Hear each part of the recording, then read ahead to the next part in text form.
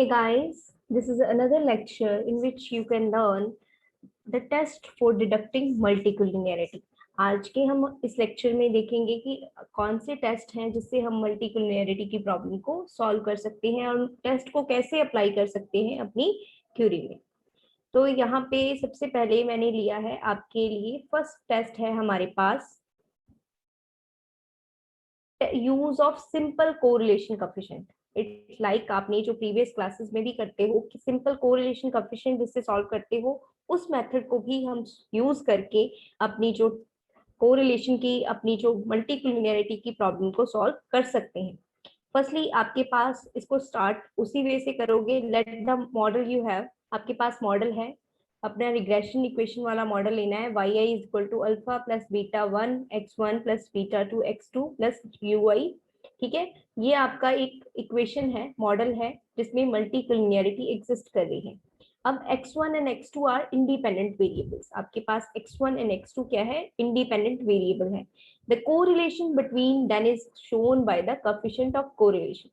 और जो भी इनका कोरिलेशन है उसको आप coefficient of correlation से शो करोगे। इट मींस उसको किससे डिनोट करते हैं? R12 से। ठीक है, coefficient of correlation को क्या बोलेंगे? R12। और जब आप डेल्टा की वैल्यू को सॉल्व करोगे, डेल्टा की वैल्यू को आपने कैसे सॉल्व करना है? इसको मैट्रिसेस फॉर्म में ही लेना है। मींस आपका ये मैट्रिसेस बनेगा। आइडेंटिकल जो मैट्रिसेस होंगे वो 1 1 लेने हैं। ठीक है, आइडेंटिकल मैट्रिसेस आपके पास 1 1 होंगे और अनदर रेस्ट ऑफ द जो आपके पास रो रह जाएंगी वहां पे आपने किसको यूज करना है? जो भी आपके पास कोरिलेशन आएगा बिटवीन टू इंडिपेंडेंट वेरिएबल्स के बीच में। यहाँ पे R12 एंड R12 लिया है। अब अगर इसका आप डिटर्मिनेंट सॉल्व करोगे, डेल्टा का मतलब जब आप इसका डिटर्मिनेंट सॉल्व करते हो तो आपकी वैल्यू डेल्टा मींस इसका डिटर्मिनेंट सॉल्व करोगे case 1, delta is equal to 0। अगर 0 आ रहा है then the problem of perfect multicollinearity is present. अगर आपके पास डेल्टा की वैल्यू 0 आती है तो यहाँ आपके पास जो परफेक्ट मल्टीकोलिनियरिटी की वो कंडीशन प्रेजेंट है। वो किस केस में होगा? जब आपके पास ये दोनों R12 0 आएंगे।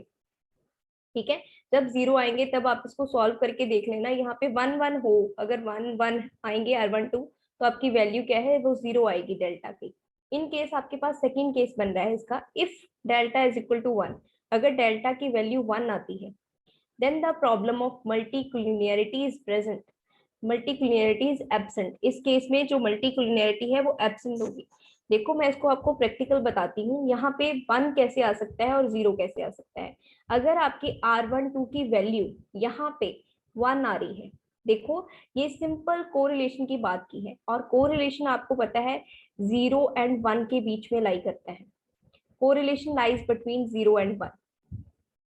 अगर यहाँ पे आपकी R12 की वैल्यू 1 आ रही है, यहाँ पे R12 की वैल्यू 1 आ रही है और यही वैल्यू यहाँ पे 1 आएगी। जब आप इसका डिटर्मिनेंट सॉल्व करते हो, डिटर्मिनेंट्स कैसे सॉल्व करते हैं? क्रॉस मल्टीप्लिकेशन होती है और बीच में माइनस का साइन होता है। ठीक है, A1 1 को A2 2 के साथ मल्टीप्लाई करते हैं, माइनस A2 1 को A1 2 के साथ मल्टीप्लाई करते हैं और माइनस कर देते हैं। तो आपके पास जब ऐसे करोगे तो आपका डेल्टा क्या आएगा? 0। उस केस में आपके पास परफेक्ट मल्टीकोलिनियरिटी प्रेजेंट होगी। और अनदर केस क्या बन रहा है? अगर यहाँ पे R12 की वैल्यू 0 आ रही है, देखो अगर आपकी यहाँ पे वैल्यू 0 आ रही है, यहाँ पे भी वैल्यू 0 आ रही है, जब आप इसको सॉल्व करोगे 1 माइनस 0 तो आपका डेल्टा क्या आएगा? 1। Then the problem of multicollinearity is absent. उस केस में मल्टीकोलिनियरिटी एब्सेंट होगी। मींस आपके पास जो भी x1 and x2 independent variables हैं उनमें कोई भी रिलेशन कोरिलेशन नहीं होगा। It's very simple method. आप इसको एज इट इज अपने किसी भी सम में जहाँ पे आपको लगता है टू इंडिपेंडेंट वेरिएबल्स है, आप टेस्ट करना चाहते हो यहाँ पे मल्टीकोलिनियरिटी प्रेजेंट है या नहीं है, आपके पास बहुत सारी एग्जांपल्स होंगी। आपके पास जो भी कोरिलेशंस के सम देते दिए होते हैं उसमें आप चेक कर सकते हो यहाँ पे मल्टीकोलिनियरिटी एग्जिस्ट कर रही है या नहीं कर रही इस मैट्रिसेस फॉर्म से। नेक्स्ट आपके पास है VIF, जिसको बोलते हैं वेरिएशन इन्फ्लेशन फैक्टर मेथड। ठीक है, और यहाँ पे क्या है? Multicollinearity is deduct. इस मेथड से भी मल्टीकोलिनियरिटी को सॉल्व किया जा सकता है bye variation inflation factor which is denoted by VIF, जिसको VIF से डिनोट करते हैं and determined bye the following formula. और यहाँ से डिटर्मिन करते हैं इसको नेक्स्ट फॉर्मूले के साथ ये आपके पास VIF को सॉल्व करने का ये फॉर्मूला होगा 1/1 माइनस आर स्क्वायर। और कैपिटल आर स्क्वायर का क्या मतलब होता है? कैपिटल आर स्क्वायर का मतलब होता है is the square of multiple coefficient of correlation. इसको कैसे सॉल्व करते हैं? इसके फॉर्मूले होते हैं आर स्क्वायर को कैसे सॉल्व करना है, इस of one independent variable with the another independent variable. आपके पास आर स्क्वायर ऐसे होते हैं, आर स्क्वायर होता है coefficient of multiple correlation. Multiple correlation का मतलब है मोर देन 2, दो से ज्यादा होंगे, दो से ज्यादा आपके पास इंडिपेंडेंट वेरिएबल होंगे। और इसको कैसे सॉल्व करते हैं? आपके पास आर स्क्वायर की वैल्यू होती है, जैसे यहाँ पे एक इंडिपेंडेंट वेरिएबल डिपेंडेंट वेरिएबल होता है और more than 2 dependent variables independent variables होते हैं। जैसे यहाँ पे R square is the square of the multiple coefficients of correlation of one independent variable with the another independent variables के साथ। और इस केस में अब अगर आप ये फॉर्मूला लगाते हो, आपके पास आर स्क्वायर की वैल्यू को सॉल्व कर लेते हो, इसके पास आपके पास 3 केसेस बनते हैं। Case 1, if value of VIF is very high, अगर इसकी वैल्यू हाई आती है then the problem of multicollinearity is serious. High किस केस में होती है मैंने आपको टेबल की फॉर्म में नेक्स्ट बताना है, उससे आपको ज्यादा क्लियर होगा। अगर VIF की वैल्यू हाई आती है वहां पे क्या है, मल्टीकोलिनियरिटी की प्रॉब्लम सीरियस है। केस सेकंड क्या है आपके पास, if the value of VIF is 1, अगर आपकी वैल्यू VIF की वैल्यू कितनी है 1, तो आपके पास then there is no problem of multicollinearity is present, तब वहां पे मल्टीकोलिनियरिटी नहीं होगी। नेक्स्ट आपके पास थर्ड केस बनता है, if the value is infinite, अगर आपकी वैल्यू इनफाइनाइट आ जाती है, जितनी भी वैल्यू आती है मोर देन मतलब आपकी वैल्यू इनफाइनाइट नंबर्स में आ जाती है, मींस इन्फिनिटी तक चली जाती है, then there is perfect multicollinearity. उस केस में क्या है, परफेक्ट मल्टीकोलिनियरिटी का केस पाया जाता है। मैंने आपको टेबल के थ्रू दिखाया है, आप जितनी भी अपनी वैल्यूज हैं, अगर आप इसको मोर प्रैक्टिकल बनाना चाहते हो, जैसे इस पे केस मैंने मेंशन किए हैं, आप केस नहीं इसको टेबल फॉर्म में कर दो तो आपको ज्यादा स्कोरिंग हो सकती है। नेक्स्ट आपके पास है through table look value of VIF। First है आपके पास, अगर आपका जो variation factor inflation factor method है, आपके पास वेरिएशन इन्फ्लेशन फैक्टर मेथड से अगर आपकी वैल्यू 1 आ रही है, तो इट मींस आपके पास जो भी इंडिपेंडेंट वेरिएबल्स है नॉट कोरिलेटेड, वो आपस में कोरिलेटेड नहीं है। और अगर सेकंड आपके पास केस बन रहा है, अगर उसकी वैल्यू 1 से ज्यादा और 5 के बीच बीच में, 1 और 5 के बीच बीच में उसकी वैल्यू आ रही है, then it is moderately correlated, means वो मॉडेटरी कोरिलेटेड है आपस में। अगर आपकी वैल्यू, आपने एक केस किया ना, अगर आपकी value, if value of VIF is very high, यहाँ पे वो वाला फैक्टर बन रहा है। अगर आपकी वैल्यू 5 to 10 के बीच में आ रही है, इट मींस हाई वैल्यू आ रही है, इट मींस वो क्या है, जो आपके पास इंडिपेंडेंट वेरिएबल्स है that is highly correlated. Hope so आपको समझ आया होगा। ये मेथड बहुत प्रैक्टिकल है एंड बहुत इंपॉर्टेंट है। VIF मेथड, इसको कैसे यूज करना है, आपके पास जितने भी इंडिपेंडेंट वेरिएबल्स होंगे उस पर आपने आर स्क्वायर को सॉल्व करके इस फॉर्मूले को लगाना है। उसके बाद जो आपकी वैल्यूज आएंगी वो आपने चेक करनी है, वो वैल्यू आपकी हाई वैल्यू आ रही है, 1 इक्वल टू 1 आ रही है या लेस देन, एंड 1 और 5 के बीच में आ रही है, तो आपको पता लग जाएगा कि वो नॉट कोरिलेटेड है, मॉडेटरी कोरिलेटेड है और हाईली कोरिलेटेड है। अगर कोरिलेटेड है तो इट मींस उसमें मल्टीकोलिनियरिटी की प्रॉब्लम एग्जिस्ट कर रही है। नेक्स्ट आपके पास है third test, that is condition number test. ठीक है, ये कैसे सॉल्व करते हैं? सिंपल सा है ये टेस्ट, बहुत इजी। सबसे पहले क्या करना है, आपने मॉडल एज इट इज लेना है, अल्फा प्लस, हमने रिग्रेशन इक्वेशन ली जिसमें मल्टीकोलिनियरिटी एग्जिस्ट कर रही है। अब मैंने क्या करना है, let us consider the matrices. मैं एक मैट्रिसेस कंसिडर करती हूँ, एक्स डैश एक्स, मतलब एक्स डैश मैंने खुद से अपनी तरफ से लेना है, इंटू एक्स। एक्स मुझे मेरे पास जो वेरिएबल्स गिवन होंगे, जो इंडिपेंडेंट वेरिएबल होंगे, उससे मैंने एक्स अपना मैट्रिसेस बनाना है। It has two characteristics roots. जब आप एक्स डैश एक्स को मैट्रिसेस को सॉल्व करोगे तो आपके पास दो वैल्यूज आएंगी। जैसे आपके पास जब आप सॉल्व करते हो ना, एक क्वाड्रेटिक इक्वेशन बनती है, तो आपके पास दो वैल्यूज आती हैं, एक्स की दो वैल्यूज आती हैं, उसमें से आप एक वैल्यू को λ1 लोगे और दूसरी वैल्यू को λ2 लोगे। एन इसमें क्या डिनोट कर रहा है, नेक्स्ट नीचे आपको बिलो एक फॉर्मूला गिवन है, N denoted as a condition number. N का मतलब है condition number and calculated by the following formula. इस फॉर्मूले को यूज करके हम एन की वैल्यूज को सॉल्व कर सकते हैं।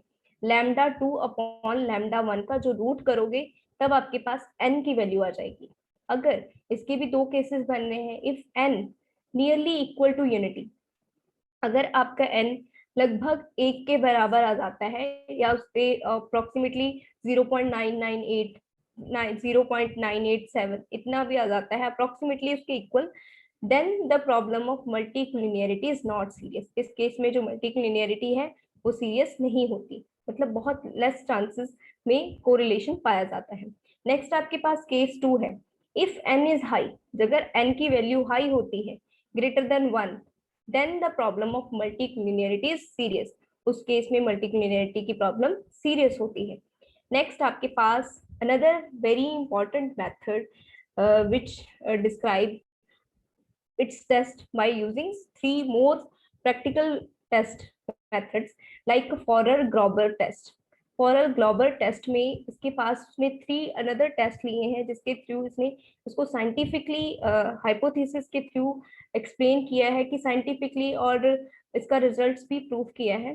जैसे Farrar and Glauber give a set of test, उसने कितने सारे टेस्ट दिए हैं to detect the problem of multicollinearity. These 3 test are, उसने जो मेन 3 टेस्ट हैं उसमें chi square test, F test and t test को लिया है। These test are outlined as below. जैसे फर्स्टली मैं काई स्क्वायर का बताऊंगी। Chi square test for testing the presence of multicollinearity. Chi square से कैसे टेस्ट करते हैं?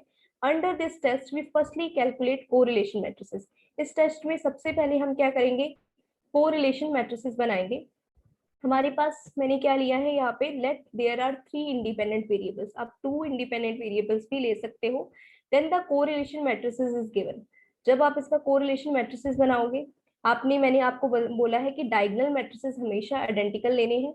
डायगोनल मैट्रिसेस आपने आइडेंटिकल लिए हैं, वैसे जो सेम पहले एग्जांपल दी थी वो भी यहाँ पे यूज कर सकते हो। ठीक है, यहाँ पे मैंने 3 into 3 वाला ऑर्डर ले लिया है, आप वो वाली भी यूज कर सकते हो। यहाँ पे क्या है, 1 R1 2 और रेस्ट ऑफ द जो रोज हैं आपके पास उसको एज इट इज उसके कॉरेस्पॉन्डिंग जो उसकी पोजीशन है उसके अकॉर्डिंग आपने लिख देना है। यहाँ पे R1 2 R1 3 R2 1 1 R2 3 R3 1 R3 2, ये आपको क्लियर होगा। अगर जैसे देखो इसमें आपको कैसे पता लगेगा यहाँ पे कोरिलेशन एग्जिस्ट कर रहा है या नहीं? If there is no multicollinearity, अगर इसमें मल्टीकुलिनियरिटी कैसे नहीं पता लगेगी? Then all the coefficients are equal to 0। अगर इसमें मल्टीकुलिनियरिटी नहीं है तो जितने भी यहाँ पे कोएफिशिएंट्स है, कोएफिशिएंट्स किसको बोला है? R1 2 R1 3 R2 1 R2 3, ये सारे के सारे 0 होंगे। और जो वैल्यू ऑफ डिटर्मिनेंट, जब इसकी वैल्यू सॉल्व करोगे टर्न्स टू यूनिटी, वो 1 बन जाएगी। आपको मैंने पहले भी बताया ना कि यहाँ पे अगर 1 0 0 0 1 0 0 0 1, अगर आपके पास आइडेंटिटी मैट्रिसेस है तो आपका जब उसका डिटर्मिनेंट करते हो, चाहे वो 2 का ऑर्डर है चाहे वो 3 का ऑर्डर है, उसका जब डिटर्मिनेंट करोगे वो यूनिटी आएगा, मींस 1 आएगा। ऑन द अदर हैंड, अगर आप अनदर हैंड देखो, in case of perfect multicollinearity, अगर परफेक्ट मल्टीक्लिनियरिटी होगी, all the values of matrices are is equal to 1, mean इसमें जितनी भी वैल्यूज दी हैं ये सारी की सारी क्या होंगी? 1। ठीक है, तो इसका मतलब है वैल्यू ऑफ डिटर्मिनेंट इज, जब उसका डिटर्मिनेंट करके देखोगे सेम एज इट इज जैसे आपने फर्स्ट किया था ना, वही वाली चीज यहाँ पे बताई गई है। मैंने यहाँ पे एग्जाम्पल अपनी तरफ से अलग तरह कंस्ट्रक्ट की है। आप 2 into 2 वाली ऑर्डर वाली ले सकते हो और वही चीजें दोबारा से एक्सप्लेन कर सकते हो। ठीक है, और इन एक्चुअल प्रैक्टिस, अगर आप एक्चुअल प्रैक्टिस में देखो तो जो वैल्यू ऑफ आर की कोरिलेशन की वैल्यू लाई कितने करती है? 0 and 1 के बीच में। अब इसको मोर प्रैक्टिकल बनाने के लिए आपको पता है chi square test, F test और टी टेस्ट जब हम लगाते हैं तो हम हाइपोथेसिस भी क्रिएट करते हैं। अब हमने क्या करना है? For detecting the problems of multicollinearity we set following hypothesis. हमने हाइपोथेसिस सेट किए, हमने क्या लिया? अपनी तरफ से कौन सी वैल्यू ली थी उसके लिए हमने हाइपोथेसिस लेना होता है। हमने नल हाइपोथेसिस लिया, X dash are orthogonal. Orthogonal का मतलब है 1 0 0 1। ठीक है, एक ऐसा मैट्रिसेस जिसमें आइडेंटिकल मैट्रिसेस जो डायगोनल मैट्रिसेस हो वो 1 हो। और H1 ऑल्टरनेटिव हाइपोथेसिस हमने क्या लिया? X dash are not orthogonal. It means जो वैल्यू ऑफ काई स्क्वायर, यहाँ पे मैंने काई स्क्वायर को इस सिंबल से डिनोट किया है, गिवन एज काई स्क्वायर को आप क्या लिखोगे? n-1 ये वाला फॉर्मूला लगाओगे, n-1 minus 1/6 into 2k-5 into log e, इससे आप वैल्यू सॉल्व कर लोगे काई स्क्वायर की। और इसमें जो r है, यहाँ पे r की वैल्यू भी लगेगी, जो आपका r आएगा ना वो आपने यहाँ पे यूज करना है। वेयर n का मतलब क्या है, साइज ऑफ द सैंपल, और k का मतलब क्या है यहाँ पे, नंबर ऑफ एक्सप्लेनेटरी वेरिएबल्स। और यहाँ पे हमारे एक्सप्लेनेटरी वेरिएबल्स कितने थे, x1 x2 एंड x3, हमारे पास 3 एक्सप्लेनेटरी वेरिएबल्स थे।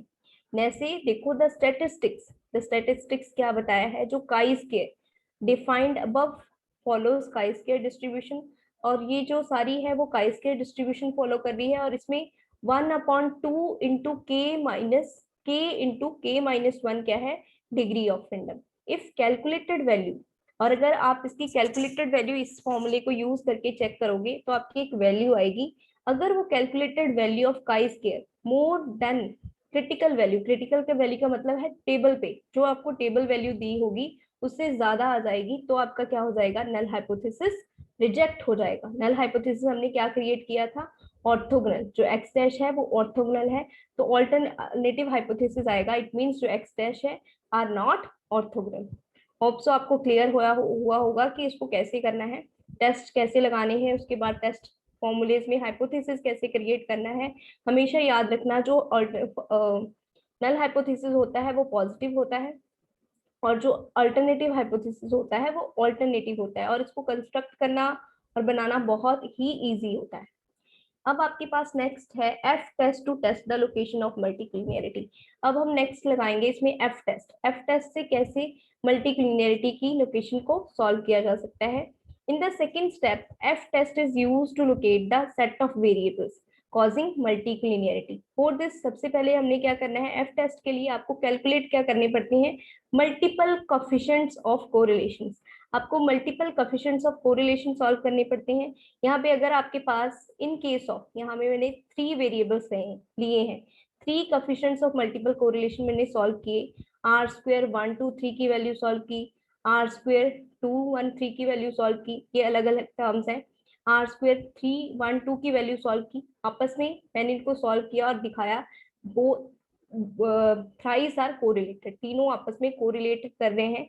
देन वी कंप्यूट, अब मैंने इसमें एफ स्टैटिस्टिक्स लगाना है सभी कोफिशिएंट्स पे, तो इसके लिए कौन सा फॉर्मूला लगेगा, R square k-1 1 minus R square into n-1। इसमें मैं पहले आर स्क्वायर 1 इंटू 2 3 का करूंगी, फिर मैं इसको अलग अलग से सॉल्व करूंगी। अब अगर आप एफ टेस्ट लगाते हो, F statistics follow F distribution, ये एफ डिस्ट्रीब्यूशन फॉलो करेगा, मींस ये एफ टेबल को फॉलो करेगा, उसमें k-1 क्या एंड n-1 क्या होंगे, डिग्रीज ऑफ फ्रीडम। आपको पता है एफ स्टैटिस्टिक्स में 2 डिग्रीज ऑफ फ्रीडम होते हैं, v1 and v2। v1 and v2, v1 की जो वैल्यू होती है उसमें k-1 डिग्रीज ऑफ फ्रीडम होता है, और v2 में n-1 होता है। If the calculated same as it is, अगर आपकी जो कैलकुलेटेड वैल्यू है, जो आप इसमें सॉल्व करके वैल्यू निकालोगे, अगर वो मोर देन आ जाएगी टेबलेटेड वैल्यू से, देन द जो आपके पास, इसमें भी हाइपोथेसिस क्रिएट होने हैं, बट यहाँ पे मैंने मेंशन नहीं किए हैं क्योंकि आप खुद से कंस्ट्रक्ट करो, आप same as it is hypothesis बनाओगे। यहाँ पे हाइपोथेसिस क्या बनेगा, there is cause of multicollinearity, फिर there is no cause of multicollinearity, ऐसे हाइपोथेसिस बना देने हैं। अगर आपकी वैल्यू जो tabulated value calculated value tabulated value से ज्यादा आ जाएगी, इट मींस आपकी जो given variables is causing multicollinearity. Hope so आपको ये चीज क्लियर हो गई होगी कि एफ टेस्ट को कैसे अप्लाई करना है, और कैसे हमने एनालाइज करना है कि हमारे पास जो मल्टीक्लिनियरिटी की प्रॉब्लम एग्जिस्ट कर रही है या नहीं कर रही। नेक्स्ट आपके पास थर्ड लास्ट आपके पास मेथड है, यहाँ पे फॉर ग्लोबल टेस्ट में आपके पास थर्ड उसका पार्ट दिया गया है, जिसमें उसने टी टेस्ट अप्लाई किया है। T test is applied to detect the pairs of, अगर आपको पेयर्स गिवन होते हैं, pairs of variables causing multicollinearity, इस केस में आपने क्या करना होता है, पार्शियल कोरिलेशन कोएफिशिएंट सॉल्व करने होते हैं। पार्शियल कोएफिशिएंट सॉल्व करने के बाद आप टी स्टैटिस्टिक्स का ये फॉर्मूला यहाँ पे लगाओगे। जब आप इसमें एक वैल्यू सॉल्व कर लेते हो, if the calculated same as it is, अगर आपकी calculated value T is greater than the critical value, तो आपके पास रिलेशनशिप क्या हो जाएगा, x1 and x2 is causing मल्टीलिनियरिटी, ठीक है। इट मींस यहाँ पे भी आप ऑल्टरनेटिव एंड नल हाइपोथेसिस बनाओगे, आप और अल्टरनेटिव हाइपोथेसिस में लिखोगे कि there is no correlation, first में लिखोगे there is correlation. In the same way आपने R13.2 R23.1 भी इसी से सॉल्व करना है और आपका ये टेस्ट प्रॉपरली सॉल्व हो जाएगा। ऐसे ही आपने सेम एफ टेस्ट में भी, एफ टेस्ट में आप क्या लगाते हो, मल्टीपल कोफिशिएंट्स ऑफ कोरिलेशन, और टी टेस्ट में आपने क्या लगा सॉल्व करने हैं, partial coefficients correlation. Hope so आपको ये चीजें क्लियर हो गई होंगी। Thank you very much for watching my channel.